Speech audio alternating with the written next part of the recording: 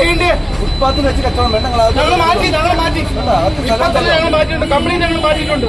നിങ്ങൾക്ക് എന്താണ് ചെയ്യും? ഈ ക്ഷമിച്ച് മടുത്ത് നിങ്ങൾ വരുമ്പോഴെല്ലാം നിങ്ങളെ സാറന്മാരെ നിങ്ങളെ തൊഴുതു മടുത്ത് നിങ്ങൾക്ക് എന്താ ഇനി ചെയ്യാൻ പറ്റും? നിങ്ങൾ ചെയ്യും. പിണക്കിനകത്ത് കച്ചവടം ചെയ്യണ്ട. ചട്ടോട് അവിടെ പോയിരിക്കാം. ഞങ്ങൾ എന്തോ ചെയ്യണ്ടേ? ഒരു ദിവസം 500 രൂപ ഇവിടെ കിട്ടുന്നത് നിങ്ങൾക്കറിയാമോ? വേസ്റ്റ് വാരി കളഞ്ഞാണ്. ഞങ്ങൾക്ക് ജീവിക്കണ്ടേ? ഞങ്ങൾ എങ്ങനെ ജീവിക്കും? നിങ്ങൾ പറഞ്ഞാ ഗൾഫിൽ 30 ദിവസം വർഷം കിടന്ന് ജോലി ചെയ്തിട്ട് ഇവിടെ വന്നിട്ട് ജീവിക്കാൻ വന്നോ? അതിന് നിങ്ങൾ സമ്മതിക്കില്ല എന്ന് പറഞ്ഞാ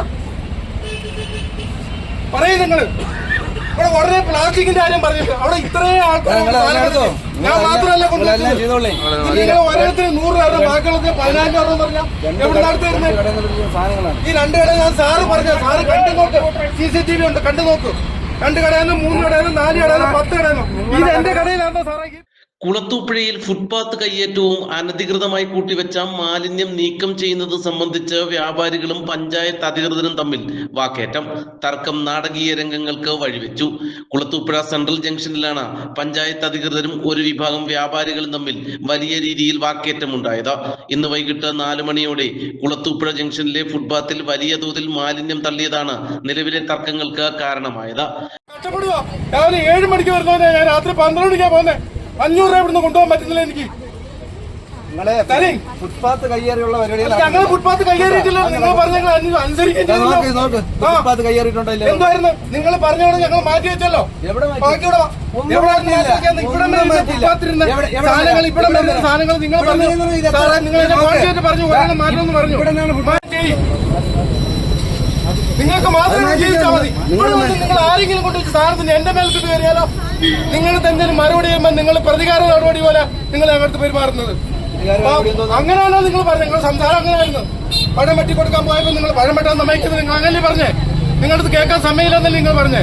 ഞങ്ങൾ എന്താണ് മരിക്കട്ടോ? ഒരു കുടുംബം മൊത്തം മരിക്കട്ടെ. ഇതൊന്നും ജീവിക്കുന്ന 10 അംഗങ്ങളാണ് ജീവിക്കുന്നത്. നിയമപ്രകാരം ഞങ്ങൾ ചെയ്യുന്നത്. അങ്ങനെ ഞങ്ങൾ ചെയ്തിട്ടുള്ളൂ. ഒരുപാട് ഞങ്ങൾ കയ്യേറിയിട്ടില്ല. അയാൾ മാത്രമല്ല ചെയ്ത അങ്ങോട്ട് ചെയ്തിട്ടുണ്ടോ? നിങ്ങൾ ഇവിടെ വന്ന് എപ്പോ വന്നാലും ഇവിടെ വരുമ്പോൾ ലോട്ടറി കടകളിൽ നിന്നുള്ള പേപ്പർ മാലിന്യങ്ങളും മറ്റ് വ്യാപാര സ്ഥാപനങ്ങളിലെ മാലിന്യവുമാണ് ജംഗ്ഷനിൽ ചാക്കുകെട്ടുകളിലാക്കി കൂട്ടിയിട്ടിരുന്നത്. മാലിന്യവും ഫുട്പാത്ത് കയ്യേറ്റവും കൂടിയായപ്പോൾ പൊതുജനങ്ങൾക്ക് നടന്നു പോകാൻ കഴിയാത്ത അവസ്ഥയിലായി. ഇതോടെ നിരവധിയായ പരാതികൾ ലഭിച്ചതോടെയാണ് ഗ്രാമപഞ്ചായത്ത് സെക്രട്ടറി ഉൾപ്പെടെയുള്ളവർ നേരിട്ടെത്തി നടപടി തുടങ്ങിയത്. സാധാരണയായി പഞ്ചായത്ത് വാഹനവും ഹരിതകർമ്മസേനയും മാലിന്യം ശേഖരിക്കുന്നത് ഈ ഭാഗത്ത് നിന്നായതുകൊണ്ടാണ് ഇവിടെ മാലിന്യം നിക്ഷേപിച്ചതെന്ന് വ്യാപാരികൾ പറയുന്നു. എന്നാൽ മാലിന്യം സ്വന്തം നിലയിൽ സംസ്കരിക്കേണ്ടത് വ്യാപാരികളാണെന്നും പ്ലാസ്റ്റിക് മാലിന്യം ശേഖരിക്കുകയാണ് ഹരിതകർമ്മസേന ചെയ്യുന്നതെന്നും ഗ്രാമപഞ്ചായത്ത് അധികൃതർ വ്യക്തമാക്കി.